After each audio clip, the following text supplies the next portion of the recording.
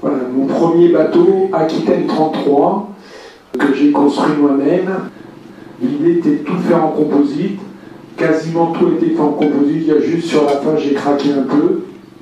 Et il y a les barres qui sont donc stratées sur du fourreau en carbone et les pelles sont en carbone et fil de verre. Et les barres étaient en aluminium et la baume était en aluminium.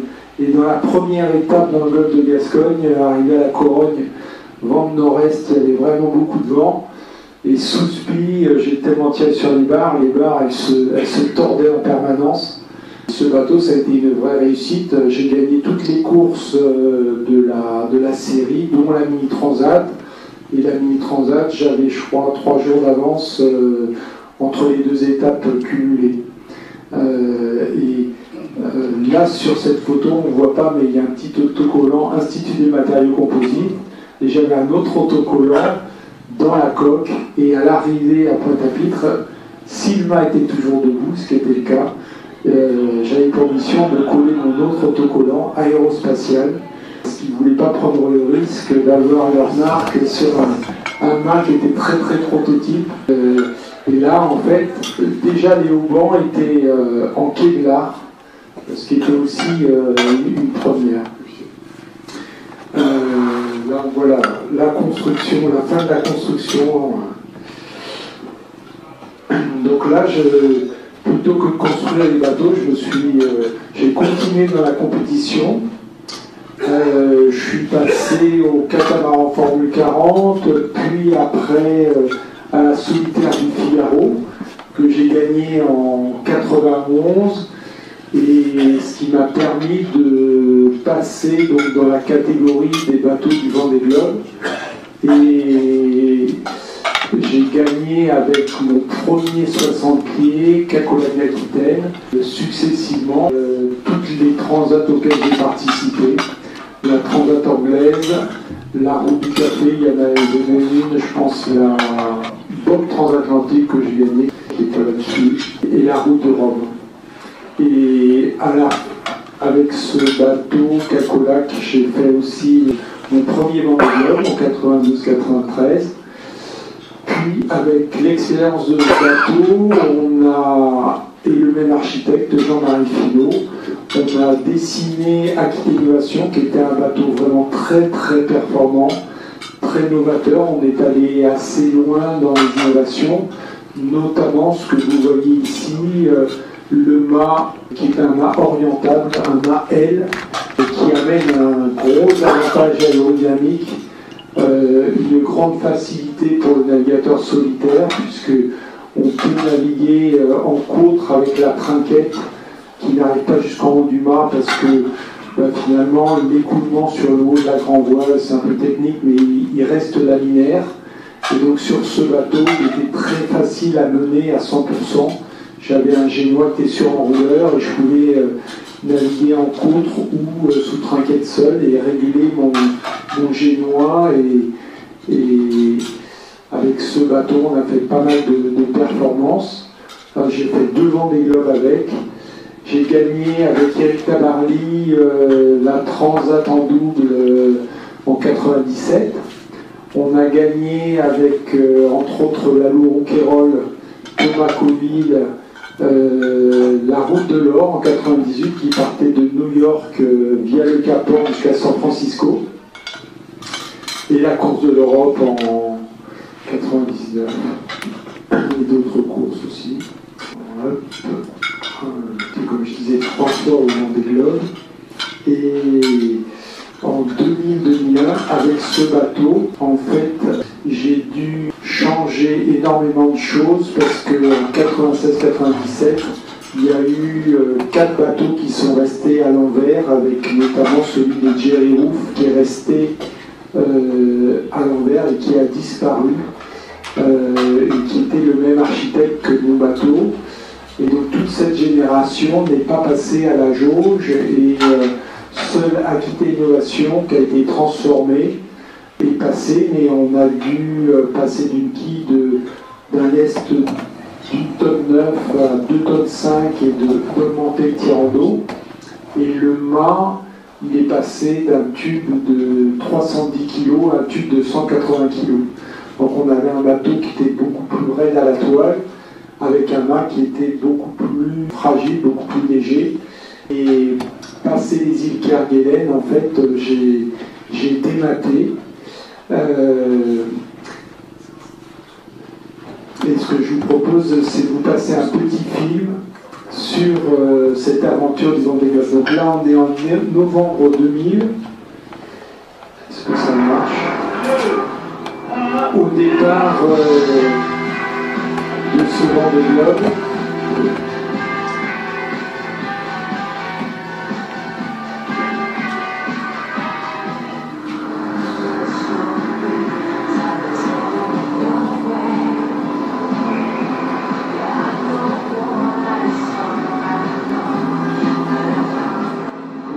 Ça commence par le golfe de Gascogne, qui n'est pas toujours facile, puis les alizés, puis le poteau noir, puis ensuite l'alizé du sud-est.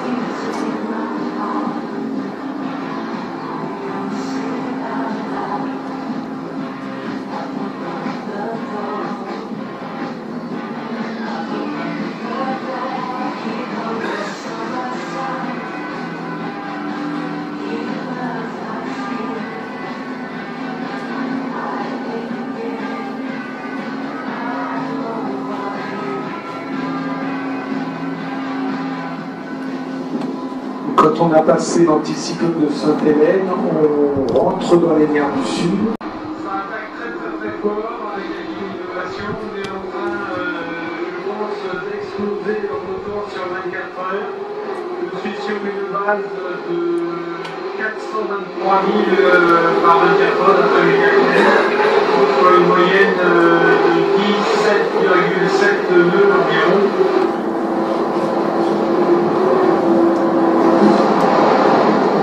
Alors, 417 000, je crois que j'ai dit. Aujourd'hui, le corps, c'est plutôt vers 540 aujourd'hui. Nouveau compagnon.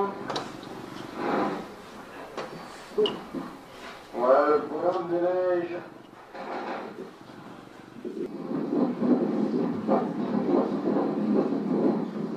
Donc ça, c'est 8 heures après le dématage, j'ai récupéré des morceaux de mât.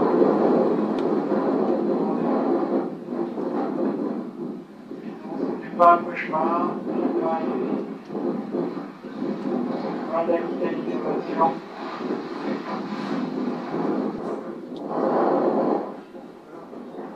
Ça, c'est le Génois qui est encore dans l'eau.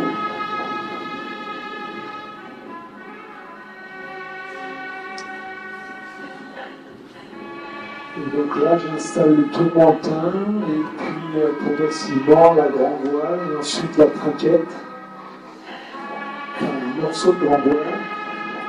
Je prépare un four et quand j'arrive à l'estivoire, il y a déjà la réparation du bain qui est faite pour moitié.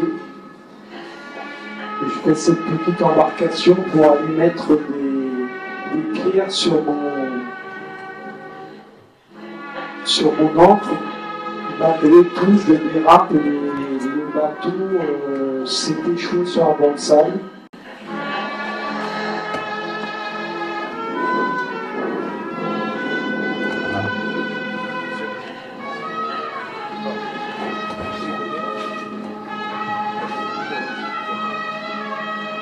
Et après 10 jours de travail acharné, je reviens là.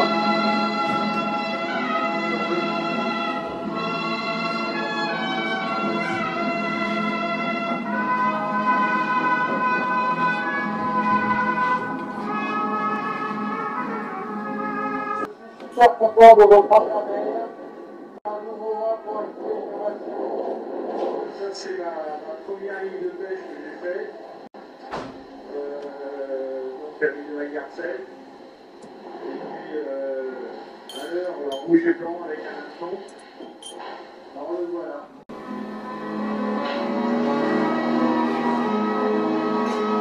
L'hameçon était fait dans une antenne synthétique.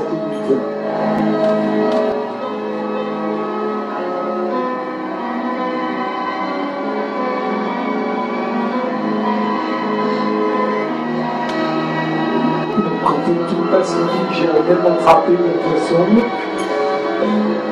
J'ai cherché des algues, au Cap d'Or, j'ai pas réussi à en récupérer. Et c'est finalement vers les îles Falkland que je récupère des algues.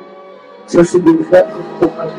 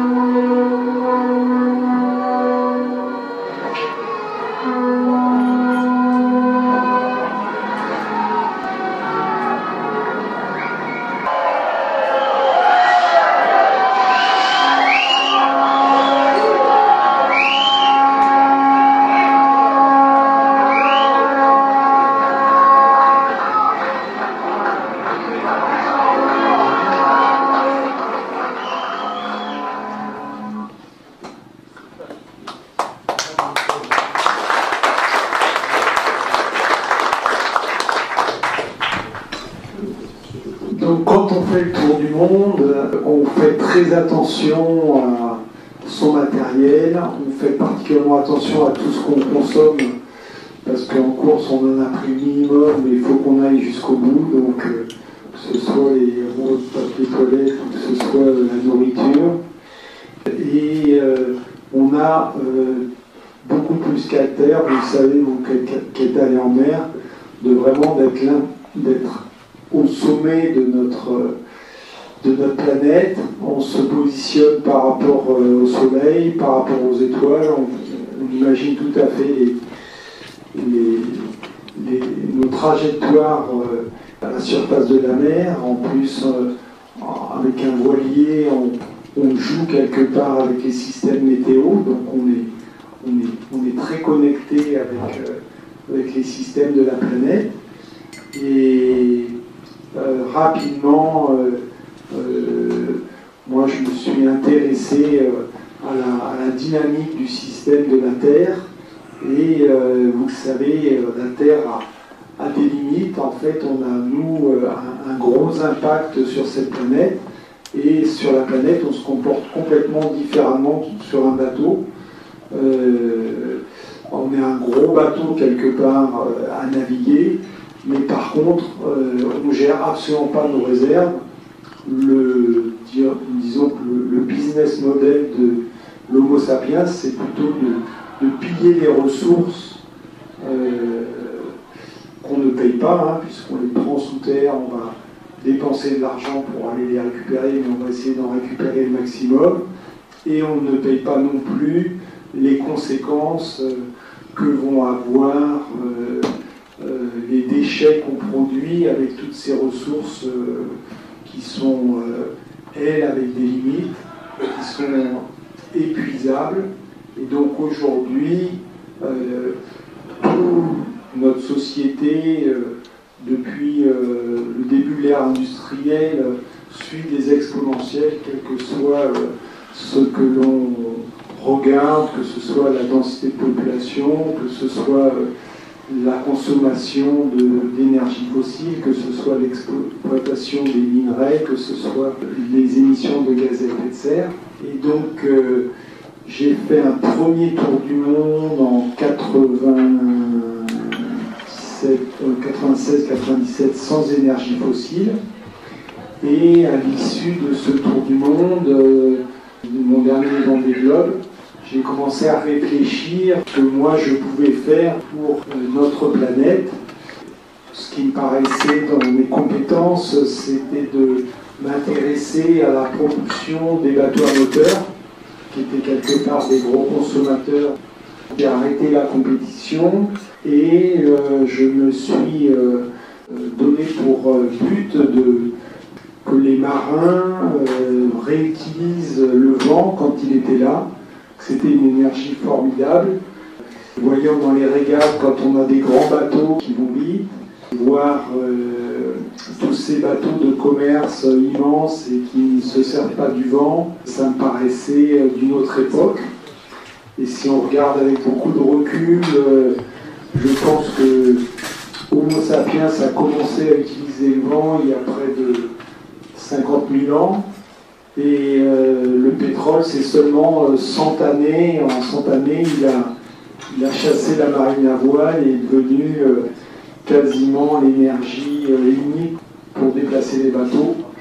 Et donc, avec encore du recul, on peut se dire que l'avenir, c'est le vent, parce que le pétrole, on sait qu'on a beaucoup plus de mal à en trouver et que ça va devenir une denrée rare et qu'en plus, elle a des effets catastrophiques sur notre système Terre.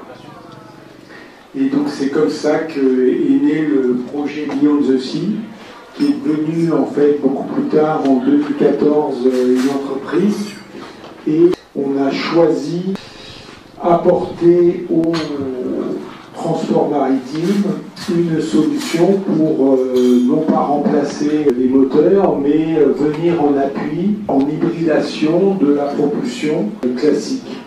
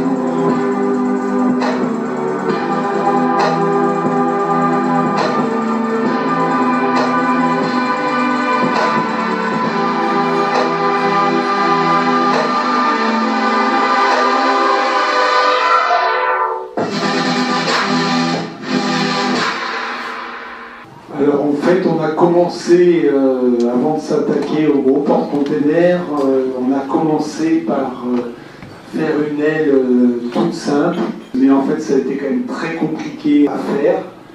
Cette aile donc, que vous voyez, qui s'appelle le Liberty Kite, une fois qu'elle est amarrée sur le bateau, donc il y a deux lignes qui la relient au bateau, deux lignes qui vont descendre parallèles. Il n'y a même plus besoin de la toucher. On peut, contrairement à une voile, on peut même changer de cap avec le bateau. Le kite, lui, va suivre le vent. Il n'a pas trop d'idée du cap du bateau. Ça ne va pas trop le déranger. Une aile comme celle-ci, qui fait 20 mètres carrés, ça tient dans un petit sac comme ça pèse 2,4 kg. Ça peut tirer des bateaux jusqu'à 8 tonnes. Donc en empreinte carbone, c'est extrêmement léger, on va dire. Il faut bien comprendre que cette aile, elle permettrait, alors pas sur une pinasse, mais si vous la mettez sur un voilier dématé, c'est une voile qui est très performante pour remonter contre le vent. Et aujourd'hui, alors pas cette aile de kite, mais jusqu'à 10 nœuds de vent, aujourd'hui ce qui est le plus rapide au près contre le vent, c'est un kitesurfer sur foil. Mon fils qui a été champion du monde plusieurs fois en kite, c'est globalement, ils sont à 25 nœuds, à 45 degrés du vent réel, c'est-à-dire qu'ils sont à 12 degrés du vent apparent, au près, dans le petit temps. 7 nœuds de vent, ils vont 3 fois plus vite qu'un bateau du Vendée Globe. Donc le kite, il peut remonter très bien au vent, contrairement à ce que intuitivement on pense. Et au portant, il va, c'est-à-dire dans le sens du vent, il va avoir un autre avantage, c'est qu'on peut lui donner un mouvement dynamique qui va lui augmenter le vent apparent qu'il reçoit et qui va tirer beaucoup plus fort qu'une voile classique. On a une autre gamme de kites sur lesquelles on travaille qui s'appelle Seakite, qui là, pour le coup, est très différente, puisqu'elle a besoin d'être pilotée en permanence et elle est entièrement gérée par un pilote automatique. Alors là, c'est pour vous expliquer comment on arrive à gérer un grand kite sur un cargo, en tous les cas ce qu'on imagine. Donc il y a plusieurs parties du système. Vous avez un mât de lancement avec une brise qui est bleue, qui va être fixée sur le bord d'attaque du kite. Le kite il va être rangé dans une soute, c'est l'espèce d'entonnoir que vous voyez en vert. Et puis vous avez la platine qui est là où va s'appliquer les efforts du kite quand il va être en mode traction, avec plusieurs lignes comme un kitesurf. Vous avez 2 lignes noires qui correspondent aux avants sur lesquels vous allez avoir entre 80 et 70% de la force de traction. Et vous avez 2 lignes, la rouge et la verte, qui vont vous servir à piloter le kite. Donc là, elles sont pas connectées sur ce dessin-là, parce que là, on est juste dans la phase d'envoi du kite. Et vous voyez dans la phase d'envoi du kite, vous avez ce qu'on appelle un bridage, c'est ces lignes en forme de Y qui viennent s'intéresser que à la partie centrale du kite. Dans l'envoi et la récupération, on casse la puissance du kite pour pouvoir la ponter ou l'envoyer. La partie L qu'il y a de chaque côté, dans cette phase-là, elle est en drapeau. Le kite est stable, même s'il y a des variations de vent, et il a très peu d'énergie. Après, une fois qu'on a dévidé la ligne d'envoi qui est jaune, là on va retendre ces lignes-là, et le kite va prendre une forme beaucoup plus régulière. Donc là vous avez le premier vol qu'on appelle nous en drapeau, hein, où là il n'y a aucune énergie. Là vous avez le mode bird, c'est ce mode où il n'y a que cette partie-là qui est vraiment en incidence avec le vent. Et ensuite, ligne tendue, vous avez le mode statique où il va se déplacer comme le bateau, et vous avez le vol dynamique où le kite va décrire un 8. Donc là, vous avez des idées de puissance pour une aile de 800 mètres carrés qui peut développer en vol dynamique jusqu'à 8 MW. Ce qui est l'équivalent aujourd'hui des grosses éoliennes qui sont installées en mer. Les éoliennes qu'il y a au bord des autoroutes, c'est entre 1 et 3 MW.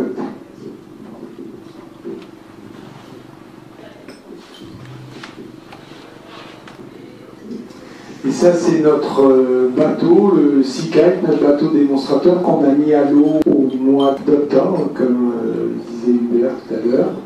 Et donc là, on a eu, pendant 3 semaines, on n'a pas eu de vent, mais là, demain, on devrait naviguer. Je ne sais pas si moi je vais avoir le temps d'aller naviguer dessus, mais on va reprendre des essais. Et donc, on a pas mal de choses à mettre au point avec nos premières ailes là, de 25 et 50 mètres carrés. Et puis ensuite on mettra au point des ailes de 100 mètres carrés. Et ensuite on doublera à nouveau pour aller sur ce bateau jusqu'à des ailes de 200 mètres carrés. Et avec ce bateau, donc on va aussi développer d'autres systèmes. On a d'autres entreprises qui ont embarqué avec nous, notamment donc vous vous voyez à l'avant, il y a des panneaux solaires, on a des batteries, et on a surtout un système de propulsion électrique qui est réversible, c'est-à-dire que quand le bateau est tracté par kite, avec les moteurs électriques et la turbine de propulsion, on recharge les batteries. Et c'est pas comme sur les bateaux une hélice à axe horizontal, parce que les hélices à axe horizontal, elles peuvent être soit optimisées pour l'hydrogénération, soit pour la propulsion, mais pas pour les deux. Et donc nous, on a une turbine à axe vertical qui a un excellent rendement en propulsion et en hydrogénération.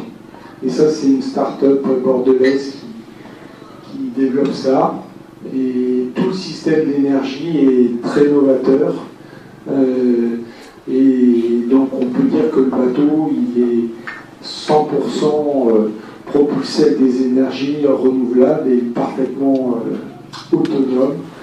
Et l'objectif est de pouvoir développer ces systèmes sur un maximum de bateaux ou de navires.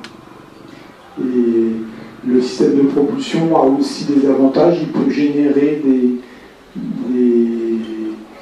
des forces anti-dérive si on veut, puisque donc c'est des pales verticales symétriques dont on gère l'incidence.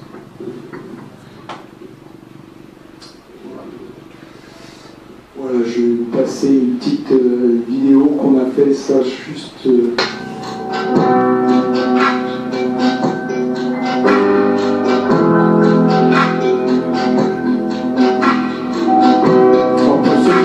Par le bateau, il est au port d'Arcachon à Pont-Auban.